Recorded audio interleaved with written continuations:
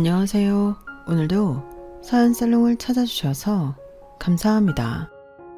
저는 몇 년 전에 재혼을 했어요.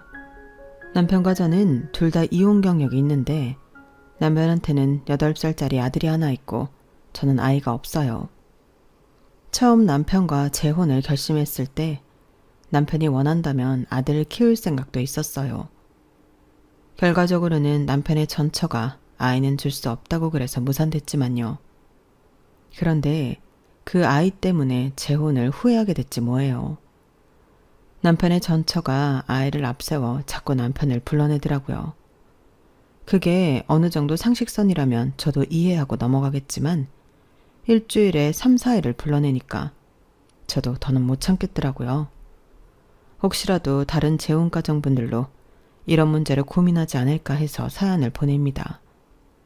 제 첫 결혼은 시작부터 사기였어요.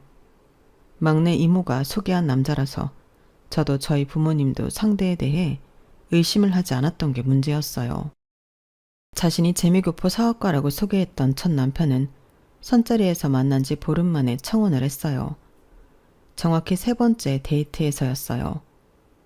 미국에 계신 아버님이 건강이 안 좋으셔서 하루빨리 결혼을 해야 할 것 같다면서 자신이 마음에 안 드는 게 아니라면 결혼을 서둘러 줬으면 한다고 하더군요. 원래 성격이 딱 부러지지 못한 저였지만 그렇다고 해도 보름 만에 결혼 결정을 하는 건 좀 섣부른 결정이 아닌가 생각했어요.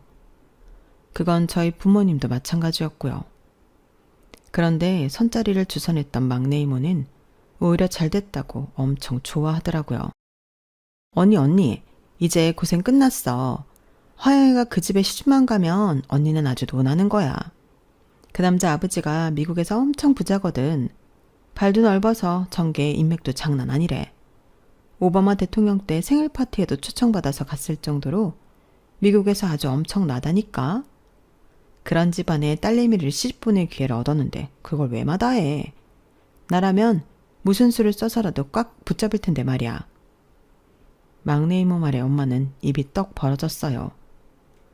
아니, 그렇게 대단한 집에서 왜 우리랑 사돈을 맺어? 아무리 화영이가 내 딸이긴 하지만 인물이 미스 코리아 나갈 정도로 출중한 것도 아니고 그렇다고 공부를 뛰어나게 잘한 것도 아닌데 말이야. 언니도 참 왜긴 왜겠어. 이게 다 운명인 거지. 신데렐라는 알았겠어? 지짝이 왕자님인걸? 여자 팔자 모르는 거야. 그러니까 기회가 왔을 때 확 땡기라고. 이참에 나도 조카 덕 좀 보고 살게. 그날 막내 이모의 말에 저희 부모님은 이 결혼에 욕심을 내게 되셨어요. 저 역시도 마음이 흔들리지 않았다면 거짓말일 거예요. 영화에서나 일어날 법한 신데렐라 스토리의 주인공이 바로 내가 될 수 있다는 사실에 살짝 고무됐거든요. 첫 남편은 몸에 두르고 있는 옷과 구두, 시계도 고가의 제품이었지만 씀씀이도 그에 못지않게 컸어요.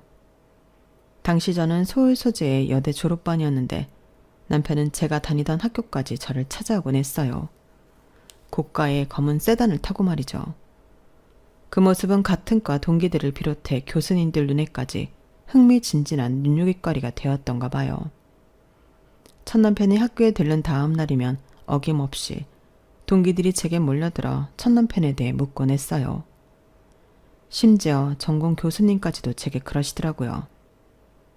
취직 대신 취혼을 할 생각이니? 어제 왔던 그 남자랑? 아직 생각 중이에요. 그래, 네 인생이니까 알아서 신중하게 결정하겠지만 그동안 배운 게 헛된 일이 되지 않길 바란다.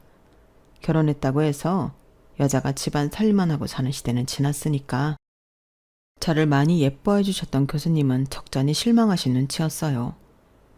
여학생들은 잘 가르쳐놔도 결혼하면 끝이라는 말을 애제자인 제가 실현하게 된 셈이니까요. 교수님께는 죄송한 마음뿐이었지만 그래도 그때는 내 인생이 먼저였어요. 저희 집에서는 당장 내일이라도 결혼식을 올릴 분위기였어요. 이제 남은 건 당사자인 제 결정뿐이었어요. 사실 저는 자라면서 금전적으로 어려움에 처했던 적은 없었어요. 아빠가 할아버지께 물려받은 정수기 관련 회사를 운영하시는데 규모가 그리 크지는 않아도 재정이 탄탄한 회사라서 남부러울 거 없이 살 수 있었거든요. 하지만 사업가인 아빠는 재미교포 사업가인 사위의 힘을 빌어 해외 시장 진출을 계획하시는 것 같았어요. 그렇다 보니 보이지 않는 손이 저를 결혼식장으로 인도하는 기분이 들었고 결국 남편의 청혼에 승낙을 해버렸어요. 딱히 남편한테 어떤 확신이 있었던 건 아니었는데 말이에요. 그리고 그건 불행의 시작이었어요.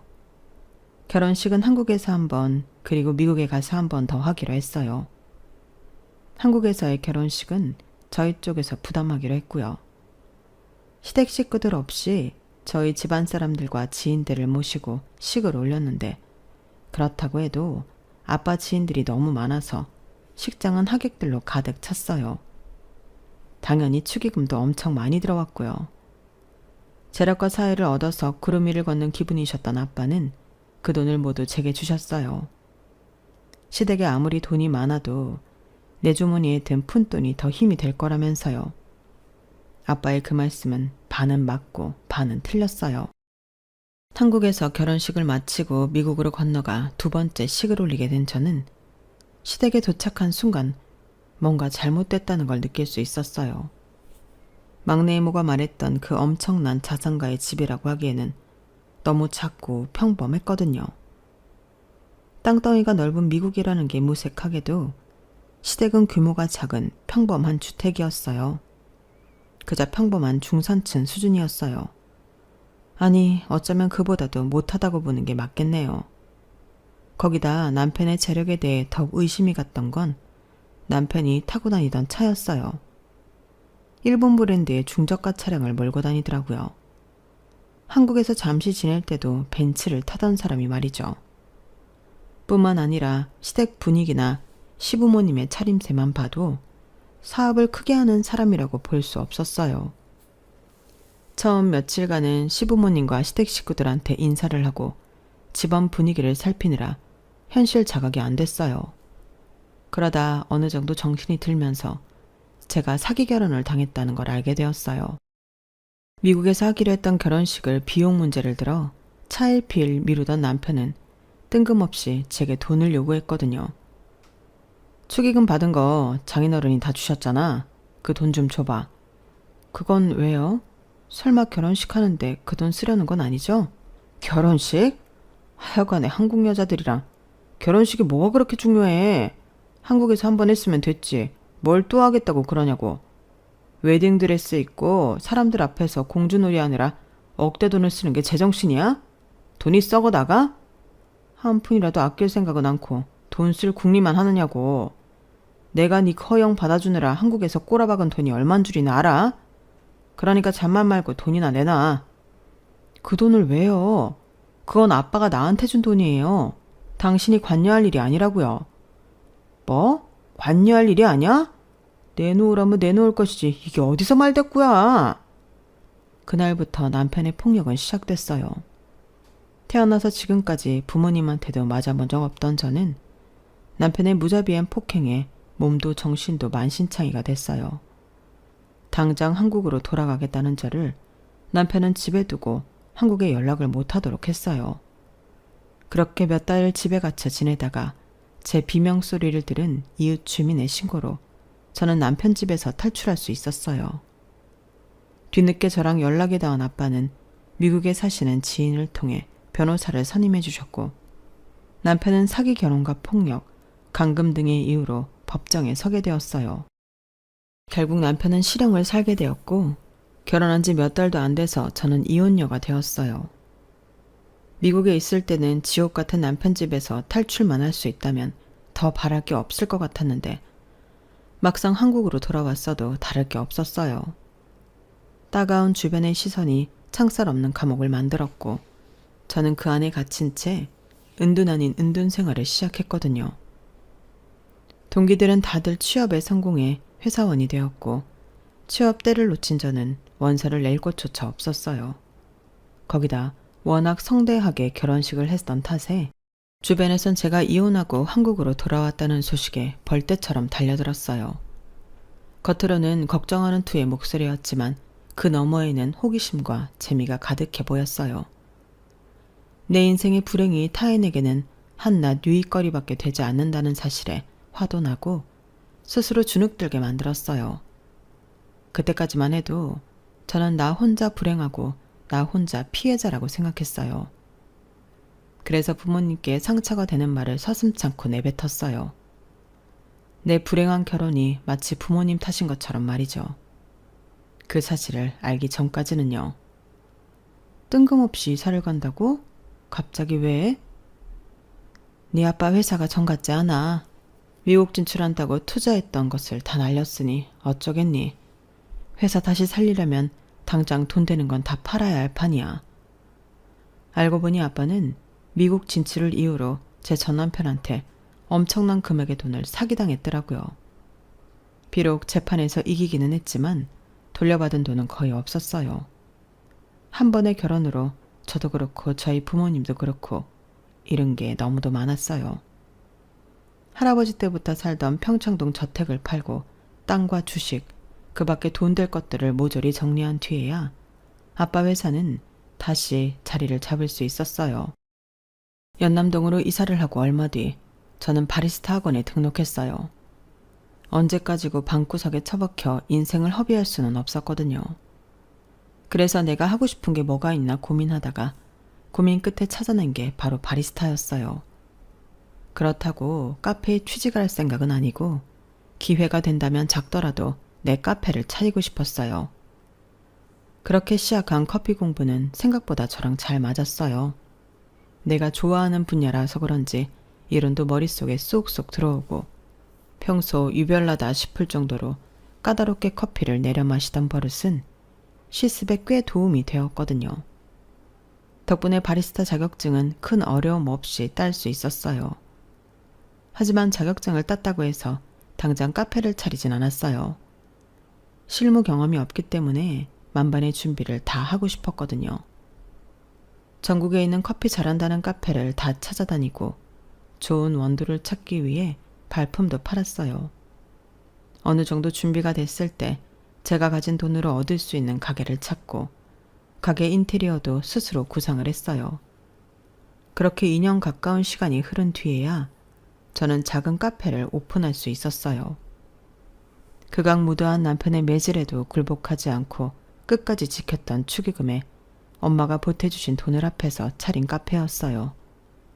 테이블도 몇 개 없고 커피 종류도 그리 다양하지 않지만 그래서 느긋하게 내 시간을 보낼 수 있는 아늑한 공간으로 완성됐어요. 큰 돈을 벌고 싶어서 차린 카페가 아니라 누구든 잠깐 들러서 차 한 잔에 쿠키랑 머핀을 먹으면서 쉬다 갈 수 있는 그런 공간을 만들고 싶었거든요.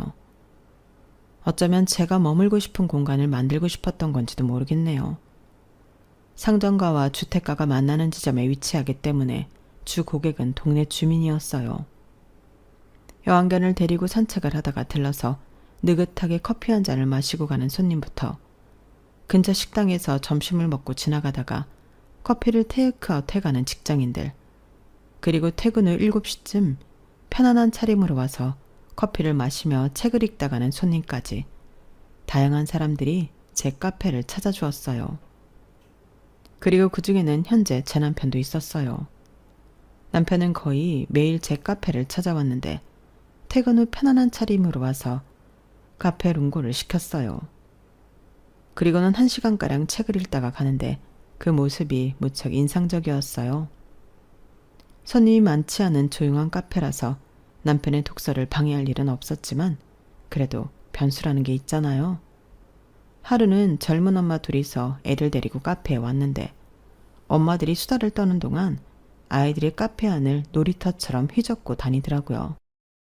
인테리어 소품으로 놓아둔 미니어처 자동차도 꺼내서 바닥에 굴리고 벽에 붙여놓은 오래된 엽서도 뜯어서 내던져 놨더라고요. 참다 못해 엄마들한테 가서 아이들한테 주의를 좀 주라고 말을 했지만 그때뿐이었어요.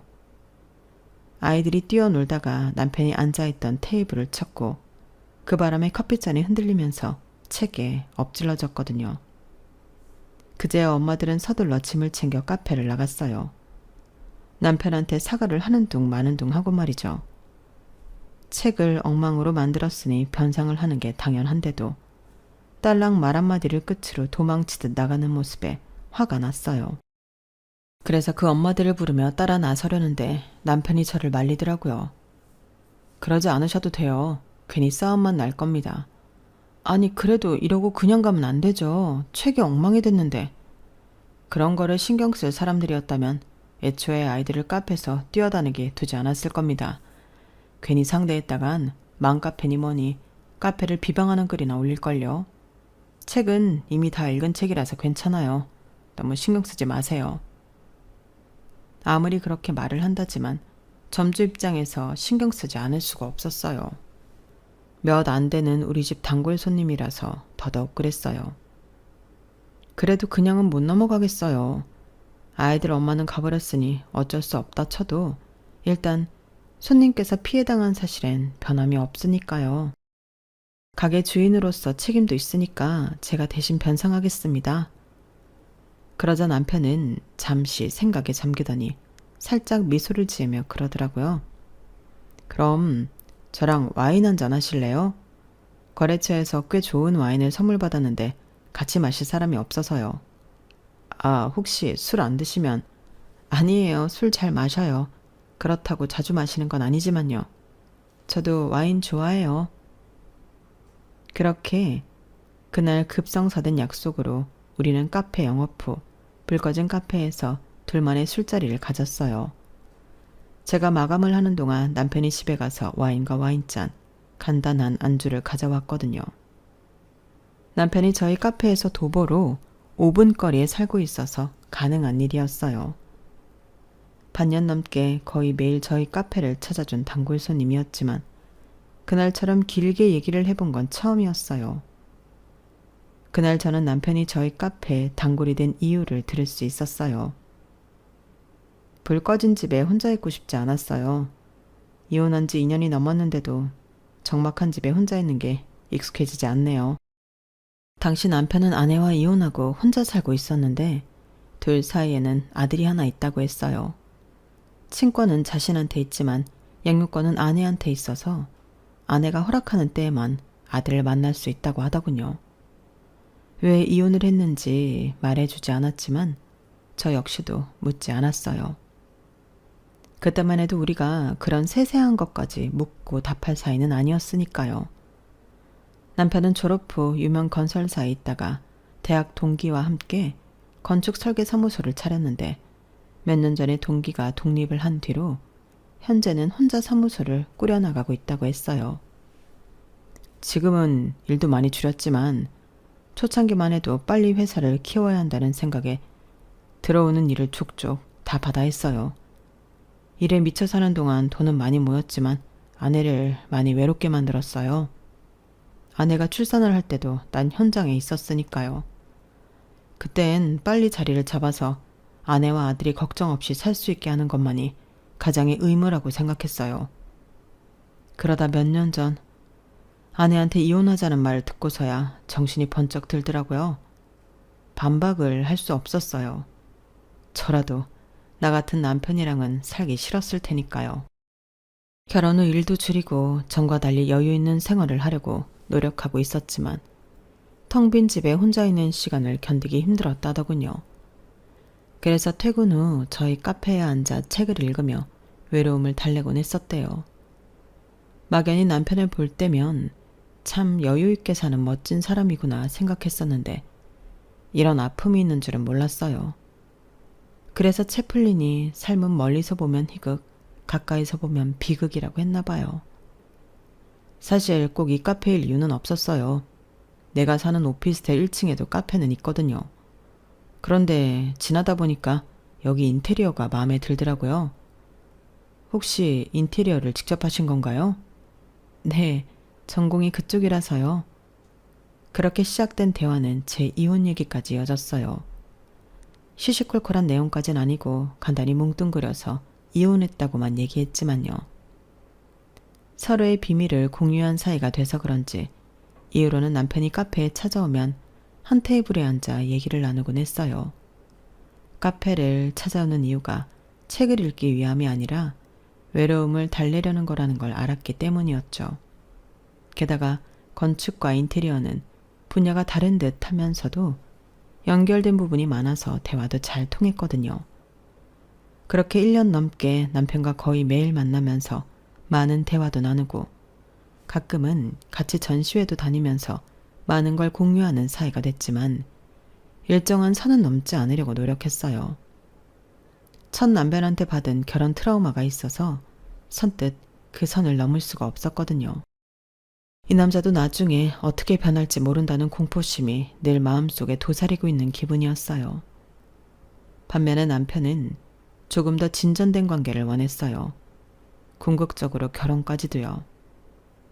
서로가 원하는 목적이 다르다 보니 언제부턴가 서로에 대해 서운한 감정이 은연중에 드러나곤 했어요. 말다툼까지는 아니었지만 그 직전까지는 갔던 것 같네요. 그러던 어느 날이었어요. 남편과 함께 아울렛에 갔는데 거기서 시어머니와 마주친 거예요. 이혼한 아들이 여자랑 같이 다정하게 쇼핑을 하고 있는 걸 본 어머님은 당연히 저를 새 며느리감으로 생각하셨던가 봐요. 자꾸 저한테 집에 한번 놀러 오라고 그러시는 거예요. 남편이 제 눈치를 보면서 그런 사이 아니라고 했는데도 어머님은 믿지 못하시는 눈치였어요. 그리고 며칠 뒤 어떻게 아셨는지 어머님이 제 카페로 오셨더라고요. 이렇게 찾아와서 많이 놀랐죠? 늙어서 주책이라고 해도 할 말은 없지만 그래도 꼭 한번 만나보고 싶었어요. 우리 애는 아무 사이 아니라고 하는데 내 눈에는 그게 아닌 것 같아서 말이죠.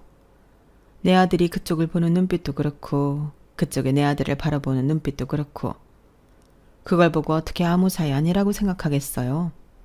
혹시 마음이 있는데 아직 확신이 없어서 그런 거라면 내가 이거 하나만은 약속할 수 있어요.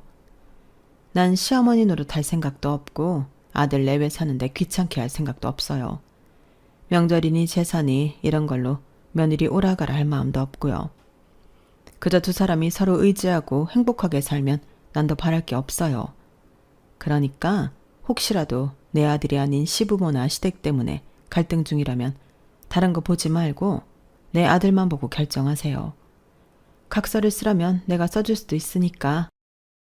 그 말씀을 하시는데 어머님 눈이 촉촉해지더라고요. 혹시라도 당신 때문에 제가 당신 아들을 밀어낼까봐 겁을 먹고 계신 것 같았어요.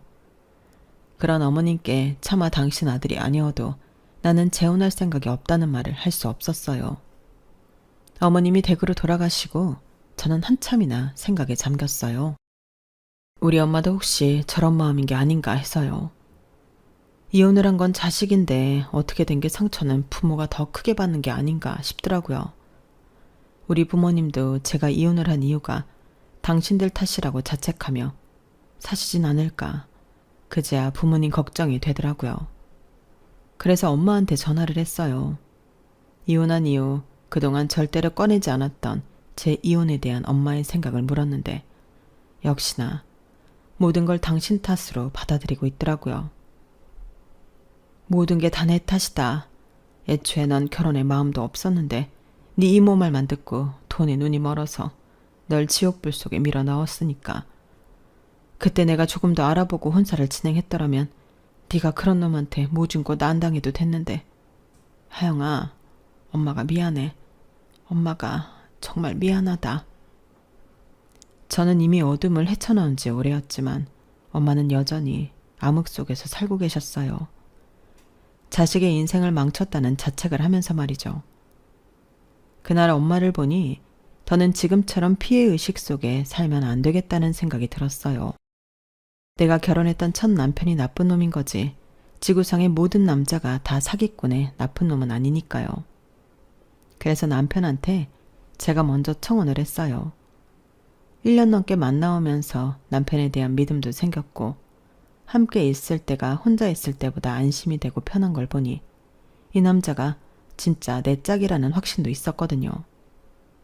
그동안 줄곧 결혼에 회의적이었던 제가 뜬금없이 청혼을 하자 남편은 무척 놀라는 눈치였어요.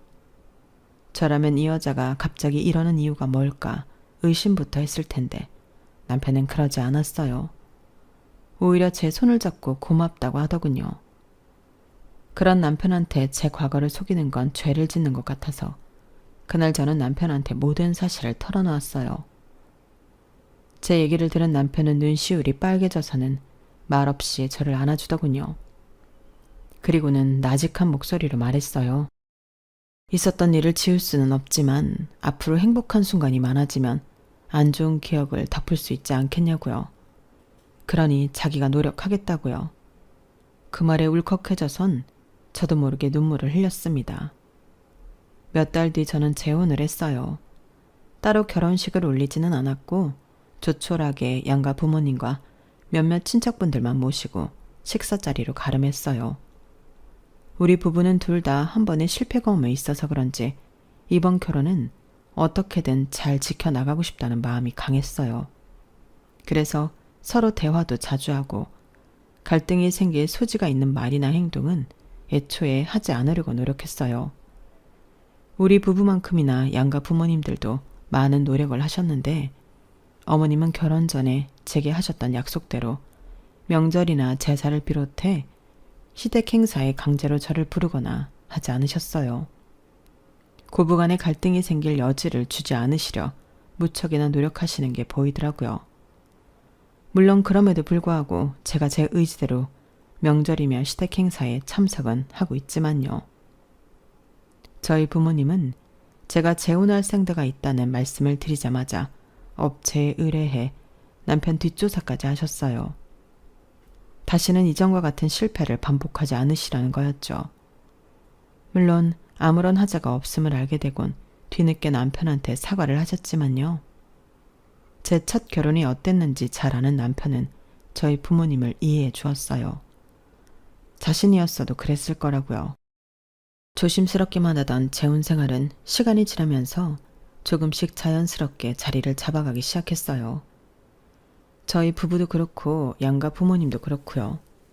그런데 생각지도 않은 곳에서 문제가 생겼지 뭐예요.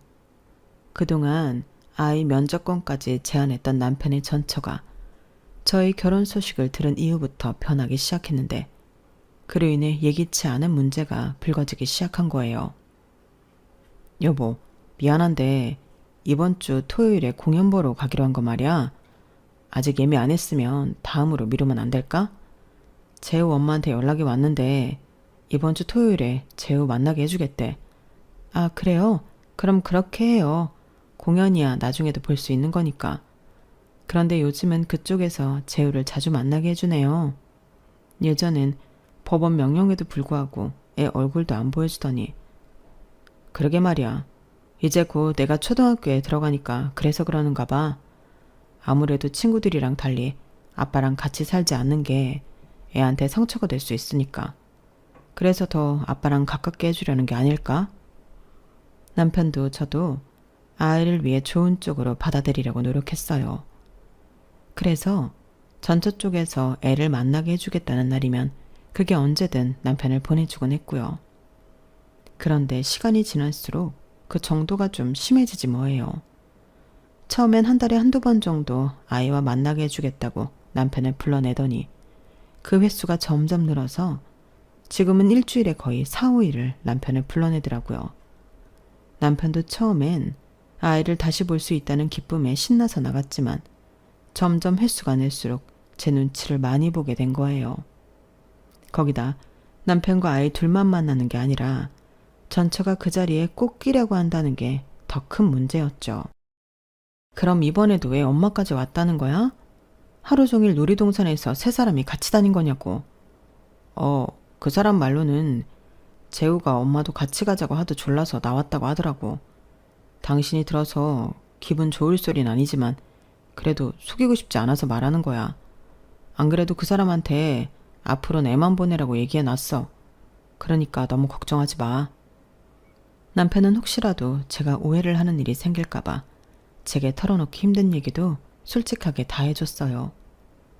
그런 마음이 고맙기도 했지만 한편으로는 그 사정을 속속들이 알게 됨으로써 제 속에서 불이 나곤 했지만요. 옛말에 모르는 게 약이다라는 말이 실감나더라고요. 아이 교섭권을 핑계로 전처가 제 남편과 만남을 이어가려 한다는 의심이 들었지만 일단은 남편을 믿어보기로 했어요. 그럼에도 불안한 마음은 속일 수 없더라고요. 남편과 전처 사이에는 아이라는 매개체가 있기에 언제고 다시 재결합을 할 수 있지 않을까 하는 두려움이 컸어요. 그런데 그런 마음에 불을 지르는 일이 생긴 거예요. 하루는 제 휴대폰으로 모르는 번호로 전화가 걸려왔는데 받아보니 남편의 전처더라고요. 자신을 제 엄마라고 밝히면서 어찌나 의기양양하게 굴던지 몰라요. 우리 그이가 얘기 안 하던가요? 이번 주 수요일이 재유 생일이라서 그 기념으로 주말에 가족여행 가기로 했는데? 어머, 그이가 말 안 했나 보다. 아니요, 얘기는 전에 들었어요. 하지만 아직 가겠다고 결정된 건 아니에요. 그이도 저도 아직 결정을 못 내렸으니까요. 어머머, 결정된 게 아니라니? 그리고 그쪽이 왜 우리 집 일에 결정을 하니마니 오지랖이에요? 웃기네 정말. 그럼 당신이 허락 안 하면 애 생일인데 애 아빠가 가족여행도 같이 못 간다는 거예요? 이보세요. 당신이 뭔데? 무슨 권리로 부자재간을 갈라놓으려고 그러냐고. 당신이 애가 없어서 뭘 모르는 모양인데 지금 당신이 얼마나 주제넘은 생각을 하는지 알긴 해요? 아빠랑 아들은 천륜지간이에요. 당신이 해라 마라 한다고 끊길 인연이 아니라고요. 혹시라도 이번 일로 우리 애가 상처받는 일이 생긴다면 나 당신 가만 안 둬. 알았어요? 남편의 전처는 성질을 내고는 전화를 끊었어요. 전화를 끊자마자 심장이 미친 듯이 뛰고 손가락이 바들바들 떨리더라고요. 마치 내가 멀쩡한 가정을 깨려는 뇌연녀 취급을 받는 기분이 들었거든요. 그래서 남편한테 이번 여행은 가지 말라고 하려고 여행 얘기를 꺼냈어요. 여보, 이번 주말에 여행 가는 건 말이야. 아, 그거 못 간다고 했어. 재호랑 둘이 가는 것도 아니고 재호 엄마까지 온다는데 그건 좀 그렇잖아. 남편이 먼저 거절 의사를 말해주어서 속으로 얼마나 기뻤나 몰라요. 그러면서도 한편으로는 앞으로도 이런 일이 계속되면 어쩌나 불안하더라고요. 불길한 예감은 틀리는 일이 없다더니 얼마 지나지 않아 제가 걱정했던 일이 실제로 벌어지고 말았어요. 이번에는 전처가 애 여름 방학 때 마카오로 3박 4일 가족여행을 떠나자고 한 거예요. 말로는 학교에서 다른 애들은 아빠 엄마랑 여행을 다녀온 얘기를 했는데 재우만 그런 경험이 없어서 아무 말도 못했다가 애들한테 놀림을 받았다더군요. 그러면서 애가 얼마나 상처를 받았는지 집에 와서 펑펑 울더라고. 그러니 이번 여행은 꼭 가자고요. 지난번과 달리 이번엔 남편도 약간 흔들리는 눈치였어요. 아이가 친구들 앞에서 아빠의 부재로 인해 놀림을 받았다고 하는데 왜 안 그렇겠어요? 하루 종일 생각에 잠겼던 남편은 저녁밥을 먹으면서 그러더라고요.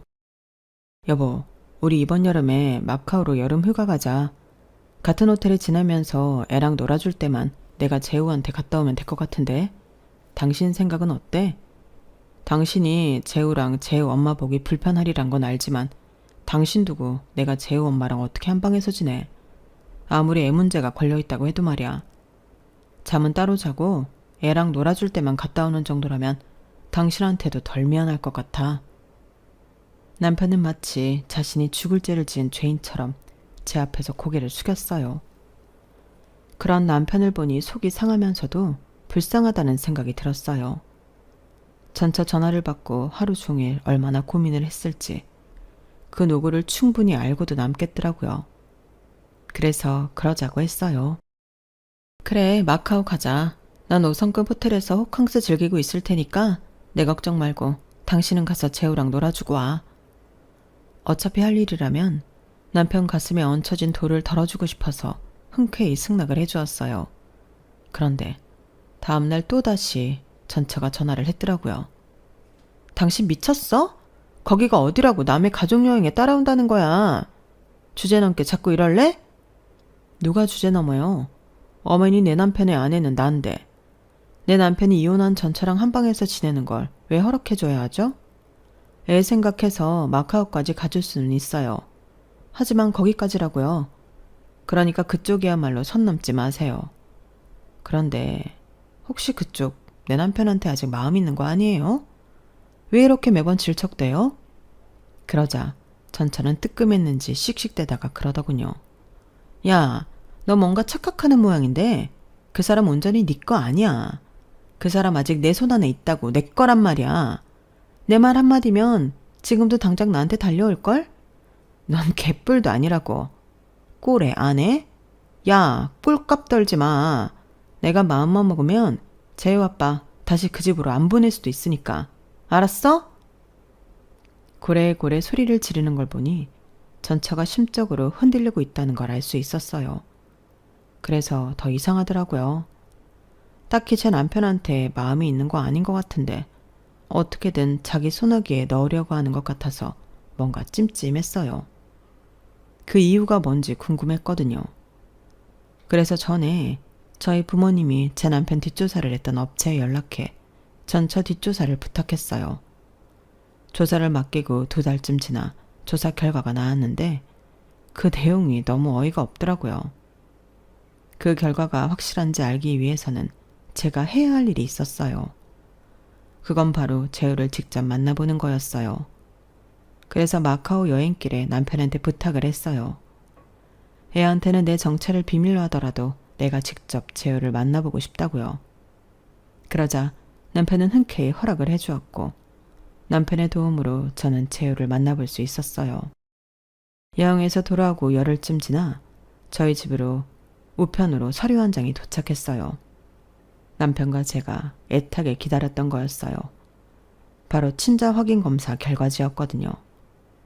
업체에 남편의 전처 뒷조사를 의뢰했을 때 거기서 그러더라고요. 아이 아빠가 제 남편이 아닌 것 같다고요. 남편 일이 바빠서 공사 현장을 돌고 있을 때 전처는 여러 명의 남자를 만나고 있었는데 그 중에는 남편의 동업자이자 대학 동기도 있었다더군요. 불행하게도 남편의 동기가 가장 유력한 애아빠라고 했어요. 덧붙여 최근에 전처가 남편한테 달라붙은 건 혹시라도 제가 남편과 사이에서 아이라도 낳으면 친자도 아닌 자기 아들이 유산을 물려받지 못하게 될까봐 그걸 두려워하는 것 같다고 했어요. 업체의 조사 결과를 듣고 남편한테 모든 사실을 털어놓을 수는 없었어요. 그래서 여행지에서 제가 직접 재호를 만나 머리카락을 채취할 수밖에 없었죠. 남편한테는 한국에 돌아온 뒤에야 사실을 털어놓았는데 남편도 어느 정도 의심을 했던 모양이더라고요. 아이가 자신과 닮은 구석이 하나도 없는데 아이한테서 얼핏 자기 친구 얼굴이 보여서 기분이 묘했던 순간이 한두 번이 아니었다고요. 남편의 동의를 받아 제가 채취한 아이 모발과 남편의 모발로 검사를 의뢰할 수 있었어요. 그 결과 남편과 아이는 친자가 아니라는 결과가 나왔어요. 그런 사실도 모르고 전처는 또다시 남편한테 연락해 애 핑계를 대며 글램핑을 가자고 그러더군요. 이번엔 가평으로 1박 2일로 가자고요. 그 말에 남편은 그동안 참았던 분노를 폭발했어요. 그런 거는 애아빠한테 가자고 해야 하는 거 아니야? 어머, 당신 뭐래? 당신이 재호 아빠인데 나보고 누구한테 말을 하라는 거야? 내가 재호 아빠야? 내가? 야, 너 언제까지 거짓말할래? 내가 재호 아빠인데 왜 네가 승철이한테 애 양육비를 받아? 양쪽에서 돈 뜯어내니까 좋았냐? 친구 사이 갈라놓고 넌 돈만 챙기면 다냐고. 아니다. 승철이 그 자식도 똑같은 놈이니까. 아무튼 이제 네 거짓말에 속아주는 일 없으니까 다시는 전화하지 마. 그리고 이혼할 때 애 핑계로 받아간 차랑 내 집, 지금까지 나한테 뜯어간 양육비, 그 밖에 각종 비용들 좋은 말 할 때 다 토해내. 조만간 변호사 통해 소장 날려줄 테니까 개수작 부릴 생각 말라고. 남편의 경고에도 불구하고 전처는 집과 그동안 받아간 돈을 반환하지 않았고 결국 법정 다툼으로 이어지게 됐어요. 아직 재판이 끝나지 않아서 판결이 나지 않았지만 전처가 이길 일은 하늘이 두 쪽이나도 없다고 하더군요. 남편의 전처는 이번 일로 인해 남편 동기의 아내한테도 상간녀 위자료 청구 소송이 걸려 있어서 아주 죽을 맛이라고 하네요. 그래도 어쩌겠어요. 다 자신이 벌인 짓에 대한 결과인걸요. 스스로 책임지고 살아야죠. 전처의 고난과 달리 저희 집에는 좋은 소식이 하나 있어요. 제가 임신을 했거든요. 날수를 헤아려 보니까 마카오에 갔을 때 아이가 생긴 것 같더라고요. 그러니 이걸 전처 덕분이라고 해야 할까요? 아무튼 남편의 전처가 이 소식을 들으면 어떤 표정을 지을지 궁금하네요. 지금까지 제 사연을 들어주셔서 감사합니다. 항상 건강하시고 또 항상 행복하세요. 여러분, 사연 댓글에 응원과 현명한 조언 부탁드려요. 좋아요와 구독은 저에게 큰 힘이 됩니다. 오늘도 좋은 일 가득하세요.